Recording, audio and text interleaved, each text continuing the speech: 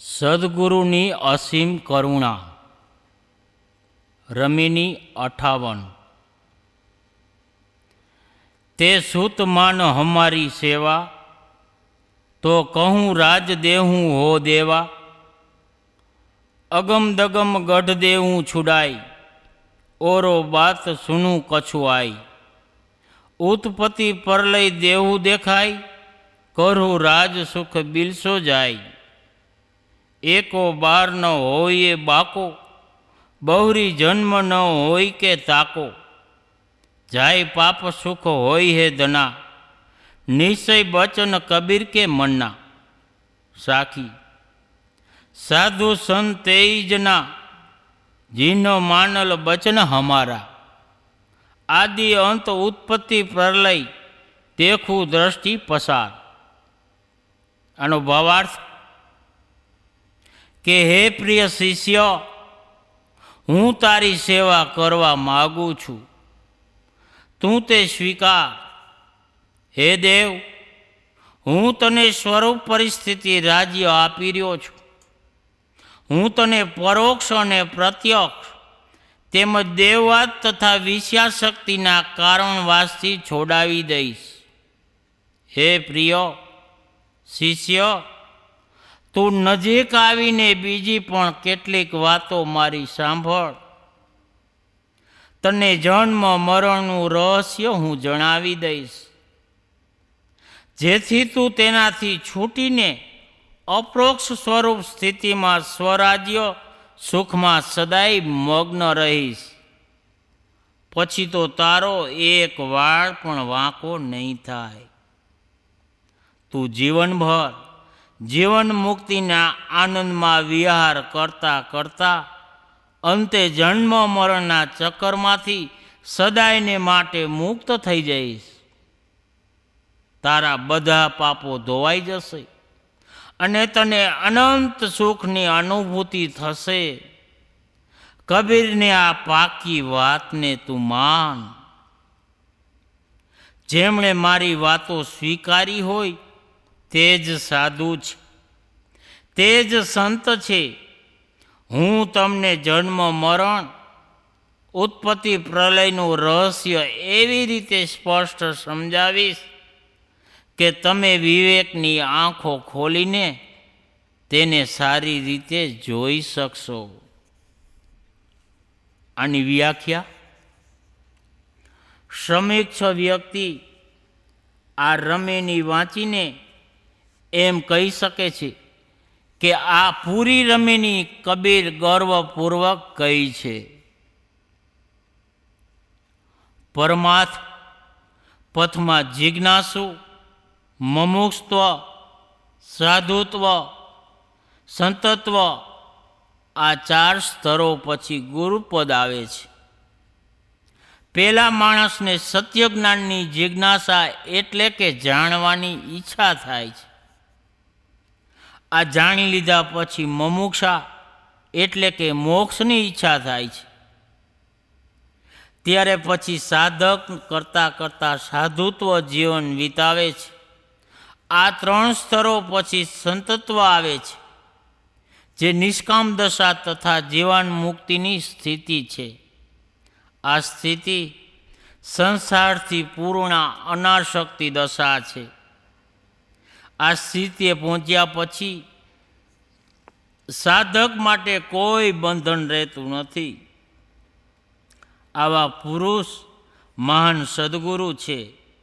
આ સ્થિતિ પ્રાપ્ત કર્યા પછી જે મહાન પુરુષ શિષ્યોના શરણ લે છે તે તેમને સારી રીતે નિભાવે છે, તેમને શુદ્ધ સ્નેહ આપે છે, પરંતુ તેમની સાથે કદી ખીજાતા નથી. તેઓ પૂર્ણ અનાસક્ત હોવાને કારણે તેમને કલેશ દંદ્ર પણ આવી જ ન શકે. ગુરુએ માતૃ હૃદય બનવું જોઈએ.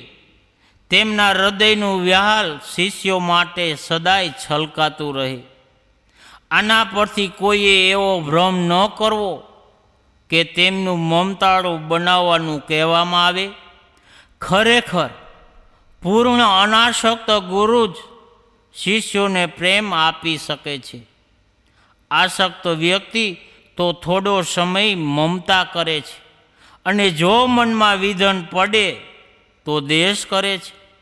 જે બધી રીતે અનાસક્ત હોય તેમના જ મનમાં શુદ્ધ એકરસ પ્રેમ હોઈ શકે. પરંતુ આનો અર્થ એ પણ નહીં કે તેઓ ખરાબ શિષ્યોને પણ ભેગા કરતા રહેશે. તેઓ શિષ્યોને સ્નેહ આપતા હોવા છતાં પણ તેમના સાધુત્વ નિયમમાં પાકા રહેશે. વારંવાર આવું આડું અવળું કરનાર શિષ્યોને દંડ પણ કરશે, તેમનો ત્યાગ પણ કરશે. અનુશાસન વિનાનો સમાજ તો ભ્રષ્ટ થઈ જશે. એટલે સદગુરુ કહે છે કે હે પુત્ર, હે શિષ્ય, હું તારી સેવા કરવા માગું છું. તને સ્વરૂપ સ્થિતિનું સ્વતંત્ર રાજ્ય આપવા માગું છું. તું મારા તરફ ધ્યાન આપ. હે દેવ, તું તારા સ્વરૂપને સમજ. કેટલાક લોકો શિષ્યોને તુચ્છ સમજે છે. આ બહુ મોટી ભૂલ છે કે જે કલ્યાણની ઈચ્છા લઈને જ ગુરુ પાસે આવ્યા હો તે તુચ્છ કેવી રીતે હોઈ શકે? તે તો દેવ છે. શિષ્ય દેવ ગણાય. ગુરુએ તેમના હૃદયમાં શિષ્યો પ્રત્યે આદરનો ભાવ રાખવો જોઈએ. કબીર સાહેબ શિષ્યને દેવ કહી રહ્યા છે. અગમ દઢ ગઢ દેવું છુડાય. અગમ એટલે અદસ્ય, મન વાણી તથા બધી પકડથી રહિત, પરોક્ષ કલ્પિત પદાર્થ પ્રત્યે અવધારણા, આવા ઈશ્વર, આવા બ્રહ્મ તથા આવો મોક્ષ જેને આપણે ન જાણી શકીએ, આવી વસ્તુઓની કલ્પના આપણા મનમાં પાડી રાખવી એક માનસિક જેલખાનું જ છે. આ એક ગઢ છે, કિલ્લો છે, કેદખાનું છે, જેમાં આપણું મન કેદ થયેલું છે. આ પરોક્ષ કારાવાસ છે, ન દેખાય તેવું કેદખાનું છે. આમાં સંસારના મોટા મેવટા કહેવાતા લોકો બંધ હતા અને આજે પણ બંધ છે. આપણે સ્થૂળ દ્રષ્ટિએ એક મકાનને જોઈએ છીએ તો તેનું બાહ્ય નક્કર રૂપ દેખાય ને, પરંતુ જો વિવેક દ્વારા આપણને તેને જોઈએ તો તે ઈંટ, સિમેન્ટ, લોઢું, લાકડું, માટી વગેરેનો ઢગલો દેખાય છે. જો આપણે થોડું વધારે ઊંડાણપૂર્વક જોઈ તો તે માટીનો એક ટેકરો દેખાશે. અને જો આપણે વધુ સૂક્ષ્મ દ્રષ્ટિથી જોઈ શકતા હો તો આખું મકાન સૂક્ષ્મ કણનો એક કામ તો પુંજ કે ઢગલો જ છે. ગુરુ વિવેક અને ચિંતન દ્વારા તે સ્થિતિ વસ્તુઓ ખોવાઈ જાય છે જે સ્થૂળ દ્રષ્ટિએ જોતા મોહ મળે એવી લાગે છે. આપણને સર્જન કરેલા કાર્ય પદાર્થમાં જ મોહ થાય છે અને તે અસલી નથી, પરંતુ તે માયિક છે. સત્તો એકમ છે, યોગ નહીં. યોગ દેખાય છે, મોહ પમાડે છે જે અસત્ય છે, અને એકમ દેખાતો નથી જે સત્ય છે. એટલે સદગુરુ કહે છે કે બધું જ સતત બદલાયા કરે છે. દદા દેખું બિનસના હારા, જસ દેખું તસ કરું વિચારા. કરહું રાજ સુખ બિલસો જાય, બજાજ દસ્યો છણ ભૂંગર સમજીને જે પોતાના અવિનાશી સ્વરૂપમાં મગ્ન હોય તેનું જ સ્વરાજ્ય છે. સ્વરાજ્ય છે. ભૌતિક રાજકાજ તો હંમેશા દંડાત્મક છે. સ્વરૂપ પરિસ્થિતિ, આત્મસ્થિતિ, પારખ સ્થિતિ દંદ્રાતીત છે. એકો બાર ન હોય હે બાંકો, કે જેમણે નાશવાન શરીર વગેરે પદાર્થોનો રાગ છોડી દીધો હોય અને પોતાના અવિનાશી સ્વરૂપમાં સ્થિત હોય તેમને આ સંસારમાં શું હાનિ છે કે જેમણે પોતાની હાનિ કરવાની છોડી દીધી હોય તેમને હાનિ કોઈ બીજો કેવી રીતે કરી શકે? નાશવાન પદાર્થો પ્રત્યે આસક્તિ રાખવી એ પોતાની જ હાનિ ગણાય. જે સાંસારિક વસ્તુઓમાં રાત દિવસ આસક્ત હોય તેને સર્વત્ર હાનિ લાભનો ભાવ જણાય છે. જેમણે રાગ, દેશ, આસક્તિ, લાલસા, કામના વગેરે બિલકુલ ત્યાગ કરી દીધો હોય તેમની આ નાશવંત સંસારમાં શું હાનિ થઈ શકે? અનાસક્ત તથા સ્વરૂપ પુરુષ જન્મ મરણના ચક્કરથી મુક્ત થઈ જાય છે. એટલે સદગુરુ કબીર સાહેબ કહે છે કે જડ પ્રકૃતિથી અલગ આત્મ અસ્તિત્વ, પૂર્ણ જન્મ, કર્મફળ, ભોગ તથા વાસના ત્યાગ કરવાથી મોક્ષ માને છે. એટલા માટે તેઓ કહે છે, બહુરી જન્મ ન હોય કે તાકો, તેઓ ફક્ત જીવન મુક્તિ જ નહીં વિદેહ મુક્તિ પણ માને છે. જાય પાપ સુખ હોય હે ધના, અનાસક્ત વ્યક્તિના બધા પાપ બધા દોષ નીકળી જાય છે. આસક્તિ જ પાપ છે અને આસક્તિ જ પુણ્ય છે અને અનાસક્તિ પણ પુણ્ય છે. આ જ પરમ સુખ છે. સંસારના બધા પાપ જેવા કે ચોરી, હત્યા, વ્યભચાર, અભેક્ષ્ય, સેવન, ઠગાઈ વગેરે આસક્તિના કારણે થાય છે. જે વિષયોમાં આસક્ત હોય તે જ પાપ કરે છે અને જે જેટલા વધારે આસક્ત હોય તે તેટલું વધારે પાપ કરે છે. સદગુરુ કબીર સાહેબ કહે છે કે જેમ સૂર્ય ઉગવાથી અંધારું ગાયબ થઈ જાય છે તેમ અનાસક્ત વ્યક્તિના પાપ ગાયબ થઈ જાય છે. બસ આ બધું ઘણું સુખ કહેવાય. નિષ્પાપ જીવન જ તો આનંદનો સાગર છે. ધર્મના છૂમંતરથી જીવનમાં જે અનંત સુખ ઈચ્છે છે તેઓ બ્રહ્મા છે. સદગુરુ કબીર દરેક ક્ષેત્રમાં તથ રાખે છે. તેમનું સામાજિક, ધાર્મિક તેમજ આધ્યાત્મિક ભવન કાંકરી નકર સત્યના ધરાતળ પર ઊભું થાય. તેઓ હવામાં બંગલો નથી બાંધતા. તેઓ તો કહે છે કે પૂર્ણ નિષ્પાપ જીવન જ પૂર્ણ સુખી જીવન હોય છે.